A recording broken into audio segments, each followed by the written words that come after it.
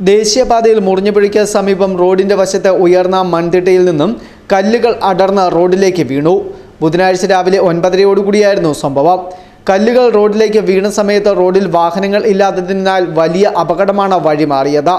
ദേശീയപാതയിൽ കല്ലുകൾ വീണതിനെ തുടർന്ന് ഏറെ നേരം ഗതാഗതവും തടസ്സപ്പെട്ടു. റോഡിൽ കിടന്ന കല്ലുകളിൽ തട്ടി വാഹനങ്ങൾക്ക് കേടുപാടും സംഭവിച്ചു.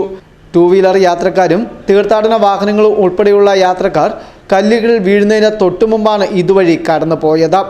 പാതയിൽ നിരന്നു കിടന്ന കല്ലുകൾ സേഫ് സോൺ പെട്രോളിംഗ് ടീം നീക്കം ചെയ്ത പാതയിലെ ഗതാഗതം പുനഃസ്ഥാപിച്ചു.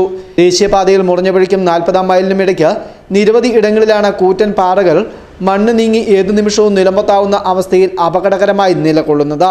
മുൻപ് കൂറ്റൻ പാറകൾ വീണ ഇതേ ഇടങ്ങളിൽ വീണ്ടും പാറകൾ അടർന്നു വീഴാറായി നിൽക്കുമ്പോഴും ദേശീയപാത വിഭാഗം പാതയെ അപകടരഹിതമാക്കുവാൻ യാതൊരു നടപടിയും സ്വീകരിക്കുന്നില്ലെന്ന ആക്ഷേപവും ശക്തമാണ്. Festoon news, Mundakayam.